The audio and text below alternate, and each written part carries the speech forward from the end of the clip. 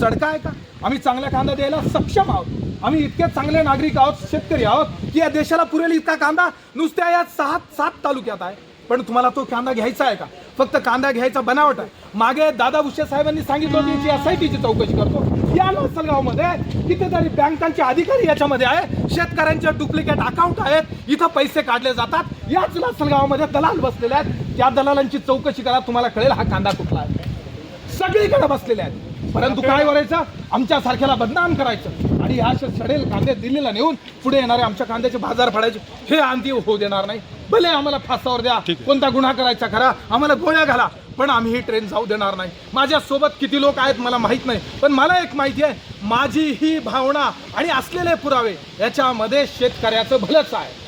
त्यामध्ये शेतकऱ्याचं नुकसान नाही. मी सरकार नाही, पण सरकारचा हिस्सा आहे, कारण या देशाचा नागरिक आहे. मी शेतकरी आहे आणि येणाऱ्या कालखंडात माझ्या घरी रोप टाकलेला आहे. या कांद्याला बाजारभाव मिळणार नसेल, मी माझ्या मुलाबाळांचं पालन पोषण करू शकणार नसेल, तर ट्रेन खाली गेलेला बरा.